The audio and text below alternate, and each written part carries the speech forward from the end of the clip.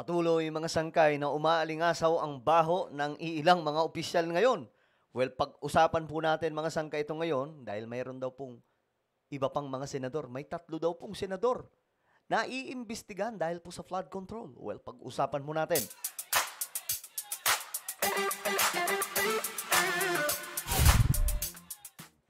Buti na lang talaga, no? Hindi naduwag si BBM na magsalita tungkol po dito sa mga flood control na nagkakandawala. Ngayon kasi mga sangkay, mayroon pong, sasabit, na iimbestigahan daw po 3 senador ito.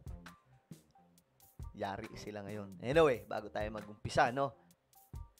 Sa mga hindi pa po dyan nakakapag-subscribe, malapit na tayo makarating sa 2 million subscribers. Kung gusto mong laging updated sa mga nangyayari sa ating bansa at tunay na kwento at mga balita ang inyong maririnig, makikita nyo po yung subscribe button sa baba ng video na to. I-click nyo lamang po yung subscribe, i-click ang bell at i-click nyo po yung all. Sa mga nanonood po sa Facebook, i-follow nyo po yung ating Facebook page. Okay. Ay, nako. Tuloy-tuloy ang pagkakabisto ngayon ng mga opisyal na sangkot sa matinding gawain mga sangkay, pambihira. Ito ang balita. Anyway, shoutout pala sa lahat ng mga solid sangkay. Mag-comment po sa ibaba ng hashtag solid sangkay kasama po ang inyong mga lugar. Alright. Ito.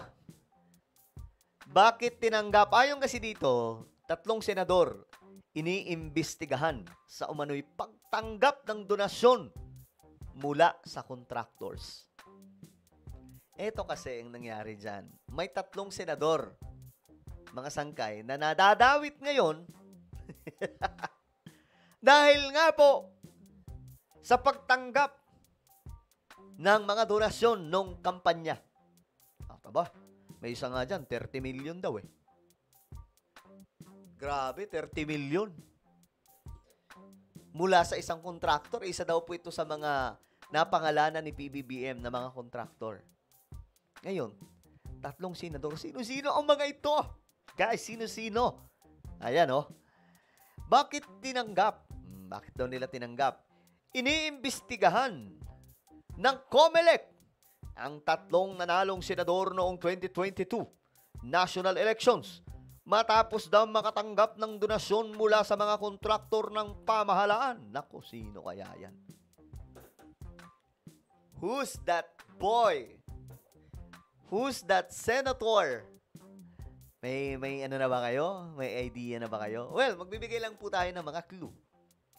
Itong si Senator Cheese, halimbawa, ngayon, nasasangkot ang pangalan niya, di umano. Kasi, yung napangalanan ni PBBM na kontraktor, isa daw po yun di umano sa donor.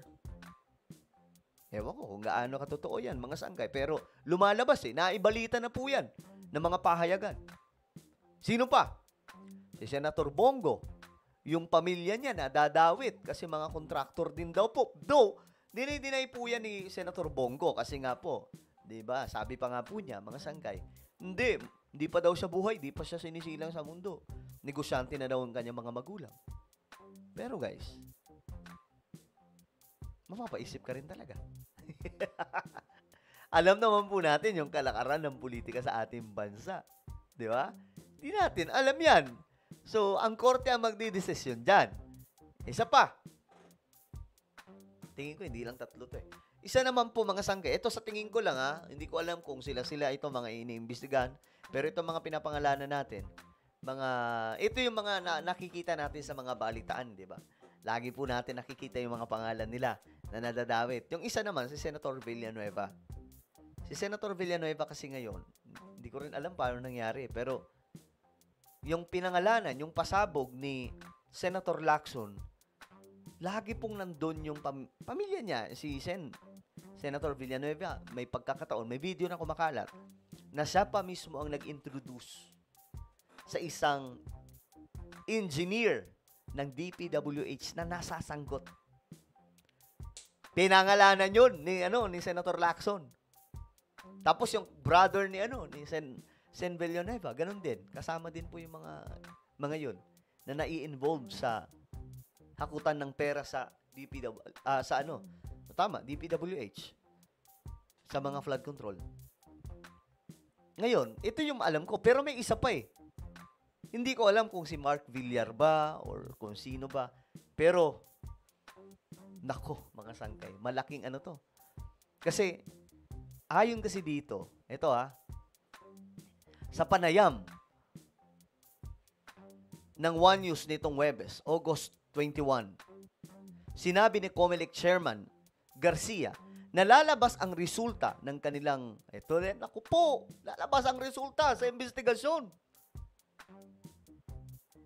2 to 3 weeks pala ito. Sa ngayon, hindi pa pinangalanan. Pero at least may idea tayo kung sino-sino man. Yan. Diba, mga sangkay? Ang tanong dyan, sino-sino yan talaga? Yan ba ay sila Cheese, si Senator Villanueva, si Senator Bongo, o kung sino pa? Kasi, nako, mga sangkay, malaking ano to. Kung mapapatunayan na may kasalanan sila, yari sila dyan. Kasi nauuso talaga to mga sangkay, di ba? Mautang na loob sa mga donor, sa mga campaign, donor. Nako. O ito, nakasaad ito nakasaad sa Section 95 ng 1985 Omnibus Election Code na ipinagbabawal sa mga kandidato at political party ang tumanggap ng donasyon mula sa sinumang tao o kumpanya na may kontrata o subcontract sa gobyerno para sa pagbibigay ng goods, services o pagpapatupad ng instruction at iba pang proyekto. Ayan Malinaw. May mga nagkomento. Sampulan mga yan, kala mo mga hari. Spill the beans. Spill the beans. Who those 3 senators are? Ito daw. Ito naman ang hula ng iba. Risa, Bam, Soto, I'm sure, sabi ng isa. Name it please, sabi dito. Dumali na naman si COMSELEC. Do everybody think out of 15, only 3 were receiving percentage? Sa Senado, hindi ko alam kung 3 lang eh. Hindi natin alam. Well, alamin po natin. Sa mga marami to mabibisto. Kasi nasa flood control pa lang tayo. Marami pa yan. Meron pa pong mga tulay, kakalsadahan, nako po. Magkakalaglagan po yan, mga sangkay. Name it, sabi ng isa, I know the reliable sources. The 3 senators, Escudero, Villanueva, and Bongo. Ito, mga sangkay. Same din ako, yun din po yung hula ko eh. Naku po!